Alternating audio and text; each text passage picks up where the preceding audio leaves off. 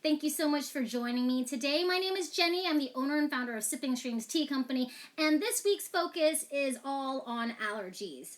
I fortunately don't really suffer from allergies. I am, however, allergic to fragrances, but I know a lot of you in the springtime or when the seasons change or when you go to somebody else's house and it's a little different there and you're staying there for a while, or you're in a hotel, or you're traveling and you're eating different foods, you might suffer from allergies. So for those of you who suffer from allergies, or those of you who know someone who suffers from allergies, this is a great episode for you. So, my name is Jenny. I'm a certified tea specialist with the Specialty Tea Institute. I am not a doctor. I don't even have the regular allergies that most people have. So, always seek medical professional help and guidance, first of all. And also, my background is actually athletic training, which is sports medicine, not herbal medicine. My grandmother was the local herbal medical professional in her area in Hong Kong, but I mean, that was a long time ago. People didn't have to go to high school to even have that type of accreditation. It was really word of mouth and reputation. So my mother grew up eating all kinds of weird, strange things that my mom's mom made. And when I was a child, I also had Chinese medicine. And let me tell you, I did not want to know what I was taking for whatever it was that was supposed to help me feel better. In fact, I wanted to feel better so I didn't have to keep taking whatever the strange, black, gooey, molasses, disgusting tasting thing was. So, allergies. What triggers allergies? Now, there's all kinds of allergies out there. There's food allergies, animal allergies, pollen, grass, bug bites, stings, and even medication. And so what happens is that your body overreacts, and believe me, when you have allergies and you see somebody with allergies, they are definitely not overreacting. They really want whatever's making them irritated to stop and go away. So what happens is your body sees these components in your body as something foreign, as something dangerous. And so it produces a bunch of antibodies that go into the bloodstream that causes the body to release chemicals called histamines. So your body naturally has histamines. Hey, Arlene, thanks for joining us. Hey, Sherry. And they're called histamines. So you naturally have histamines. Now, most people don't realize when they take antihistamines, they must think that histamines are bad. But histamines are not actually bad for you because they are natural in your body. They are very important for taking care of your immune system. But when it overreacts, that's when we have problems with the histamines in our body. These histamines are very important for keeping out foreign invaders, like parasites, which most of us aren't traveling anymore, so you might not have as much problems with parasites. But for those of you who are in places with the weather changing outside, and you might be in a place that might have parasites in the water, and you'll get outside more often, these things are very good for you. First of all, histamines are really good for creating stomach acid. So it encourages the stomach to create acid to break down your foods. And then it's also good for keeping you awake and alert. So I know lots of you out there are looking for ways to boost your energy. So the histamines are good for you to help keep you alert and awake and keep your brain functioning. And it's almost kind of like a fight or flight kind of thing. They are actually good for you, except when they see these normal things or safe things as danger. So what happens is these histamines may cause you to have a runny nose, cause you to sneeze. Hey, thanks so much for joining us, Victoria. And also might give you an upset stomach. And so some people take antihistamines, and the results of these antihistamines that have been prescribed to them might make them groggy, and it might actually reduce acid reflux. You see how that's the opposite? Like histamines increase stomach acid for helping with digestion and increase alertness. So when you take these antihistamines, they will make you a little bit more groggy or tired, and they will also help combat acid reflux if you have that problem, to slow down the production of stomach acid.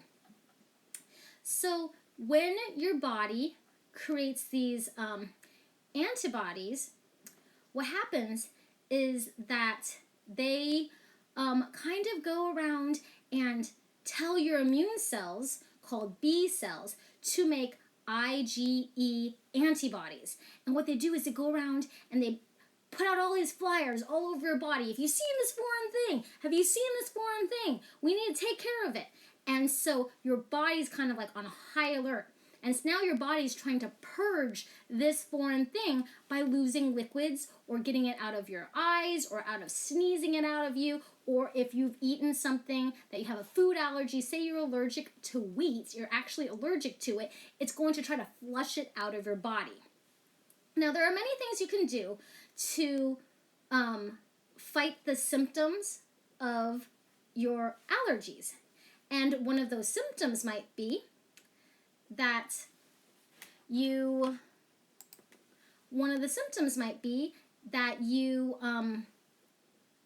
just stay away from whatever's going to make you sick. And another thing that might be good for your body is to take some antihistamines just to calm down the stress level of what is going on. And if you also alleviate your bodies by staying in a really good, healthy environment, staying away from the things that trigger allergies or things that you're allergic to, it kind of calms you down. Or you can take something as simple as rooibos. So rooibos is a South African bush that is really powerful in its anti-inflammation properties. And it will look like this red type of small particle. And it's essentially a plant, an herbal plant, that has great properties in bringing down inflammation. I always say that it's almost like a natural antihistamine, but it's not going to make you groggy, and it's not going to, deal with your digestive issue at all. It's very low in acid. It's not going to get your stomach upset at all. And there are many ways you can steep it, but since it's so small, it's really nice to get a tea filter bag. And this tea filter bag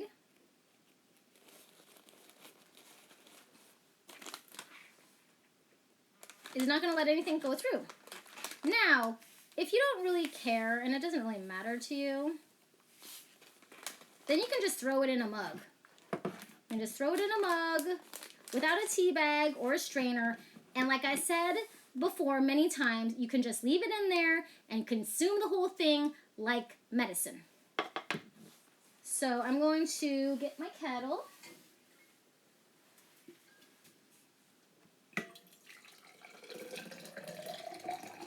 And I've been drinking rooibos all day because I was getting a bit of an itchy throat. Probably because I've been so sleep deprived with all this pandemic stuff and what I have to do and changes I have to do as a business owner.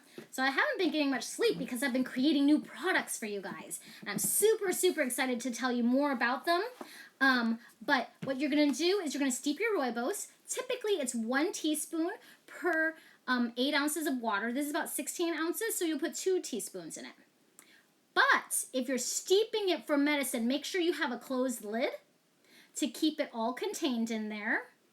Hey, yeah, I'm so glad you love rooibos. And Arlene, I think you won something. I think we delivered something to your place.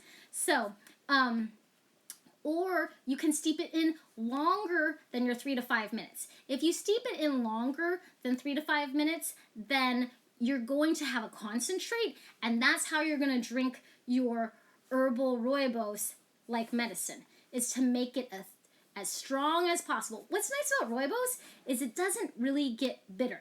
Some people don't like the flavor, probably because it's very foreign to them, but drinking it really strong is going to be the best for your body if you're wanting to alleviate the allergies. You don't want to just kind of half do it and kind of drink and sip this stuff. You want to get it over with. And I've heard from many health professionals that when you are wanting to prepare your body for allergies, you need to start preparing at least a month ahead of time. Whether you're taking your antihistamines, your medical antihistamines a month before, so that it's not a pow impact. Now your body's in full-blown alert of reacting to the allergens. You want to be continually treating your body to keep it calm the whole way. And the nice thing about rooibos is it does many other things, like helps with itching on your skin, helps with alleviating canker sore pain, numbing it. It's just a really, really natural, powerful anti-inflammatory that is also good for seasonal allergies, symptoms of food allergies, and things like that, without those negative side effects that you get from a medicated antihistamine. So I have been drinking all day long. You'll see over here, it's beautiful. It's this red golden color. And I might just leave this in all day long. And if I leave a lid on it, it keeps the essential oils from evaporating out. So that's one thing that you can drink to alleviate some allergies. I have seen some people who have been watching these videos, and they've given me great feedback on the rooibos recently. So one person went to someone's house and is self-quarantining themselves from their husband because they just got back from travel, so they've separated themselves so it prevents the spread of COVID-19. And they said when they went to go stay at this person's house, there must be something in the house that's causing them to have like an allergic reaction. So they started drinking rooibos, and they said they immediately felt some relief from whatever was irritating them. Another great option with rooibos, in combination with rooibos, is our Northern Serenity. Our Northern Serenity has cacao and peppermint in it too. Peppermint is very soothing, and it also helps with opening up the sinuses. So when you're having all this sinus, upper respiratory, like neck and up issues, itchy eyes and stuff like that, it really helps alleviate just being able to breathe and circulation. And the rooibos is going to bring down inflammation, and the cacao nibs, if you've been in any of my classes, like the Essential Immune Boosting Tea class, cacao nibs also have theobromine in them, which help with opening up the bronchioles and helping with breathing and circulation. So the Northern Serenity is a really, really good combination, but it is not pure rooibos. If you're needing to decrease the inflammation, this pure rooibos is what you're going to get the most immediate concentrated effect, because the ratio is 100% rooibos. Now the African sunset also has rooibos in it too, but it helps with digestive issues that are triggered by stress and anxiety. It has a lot of melatonin in it, so it helps bring down that anxiety level. So if you're already having some irritation going on in your body, it's kind of calming your body down to be able to calm your immune system down. It's almost like the mindfulness of the immune system. So you have to think of everything that's affecting you, your environment, things that are causing reactions, and on top of that, different stresses and triggers that are going on in your life. So if your mind can be more calm and not freak out, and then you calm your environment down around you, whatever's triggering that allergy, in combination, that's a very, very powerful combination. Now, we also have honey. Honey is very important because for those people with seasonal allergies, so we're in Alaska and we have raw Alaskan fireweed honey. And with our honey, it is local, and then the bees pollinate and might have small parts of pollen in the honey. So you want to start taking the honey 1 teaspoon per day, every day for a month before your allergies usually kick in. Now, what it has is some amounts of pollen of all kinds of plants. You cannot tell a bee, no, you're not allowed to pollinate a dandelion or a cottonwood tree. You cannot make a bee not go to a certain plant if it's close by.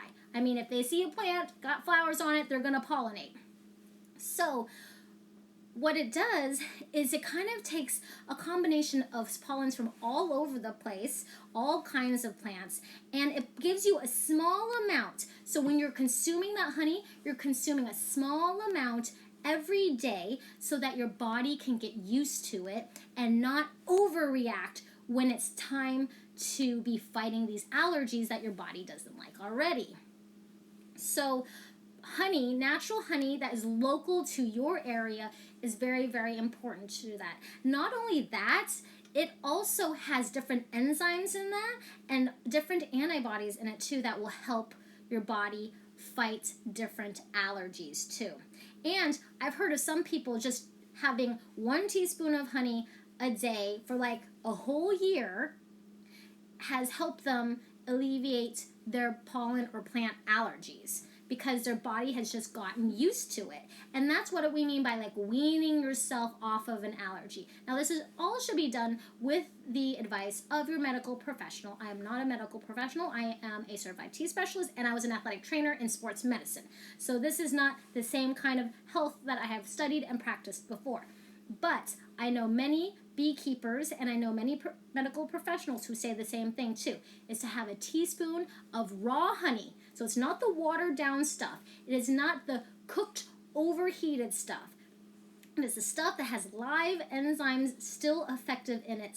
So that is where you would want to get it. Oh, Arlene has a great question. Where do you get your Alaskan fireweed honey? Well, we actually work with a 5th generation beekeepers who's actually a doctor in bees, and he brings up the honey from the Matsu Valley area. It's been where all the fires have happened for so many years, which is great for fireweed. And so we're still in the same state. We still have the same type of wild plants that are grown around. So it doesn't matter if it's here in Fairbanks or all the way down in Anchorage. Where you start to have a different type of flora, as in like the plants that are growing around, would be like Southeast Alaska, Southwest Alaska. And so those will totally be different kind of pollen that will be in it. But us here in the interior of Alaska, all the way down to the Anchorage area, we have the same types of plants still. Hey Lindsay, thanks for joining us today. I don't know if you're having coffee or tea, but thank you so much for joining us. But wherever you are, you want to be consuming the pollens that are near where you're going to be and have the same kind of honeys that will have microscopic amounts of pollen in them. And you want to be training your body, just like you're working out, a month before allergy season happens. Now, it's already allergy season. That's fine. Keep consuming it. I mean, 1 teaspoon of honey tastes pretty good, so there's nothing wrong with that. But remember not to give honey to any children under a year old. So there's some tips and tricks for how to alleviate the symptoms of allergies, and I just went over a whole way of how your body system reacts to allergies, why it reacts to allergies, and it is a natural form. Histamines are created to help protect your body, and so you do need histamines. It is very important that your immune system runs well. Sometimes it overreacts. So think about your mental health and well-being and the stress that you're under, because that can be a trigger for allergies. That could exacerbate and becomes this vicious cycle going down. So thank you so much for joining me. And if you want to learn more about all of our teas, health, and wellness, we are doing a replay of our Essential Immune Boosting Tea Workshop. Just go to bit.ly/Immune Boosting Tea Workshop to sign up. It's still free because it literally is a replay of me going live when we did it a couple weeks ago. So our course is no longer going to be free, but this is only an exclusive friends and family event that you can get in on intense knowledge and expertise on boosting your immune system, building a wellness plan, and looking at life as a holistic approach, even though it's with tea, but there's so many other factors too that play into it. So check out our YouTube channel also, and if you want to see some amazing teas that we offer, go to sippingstreams.com, and I'll see you again next week.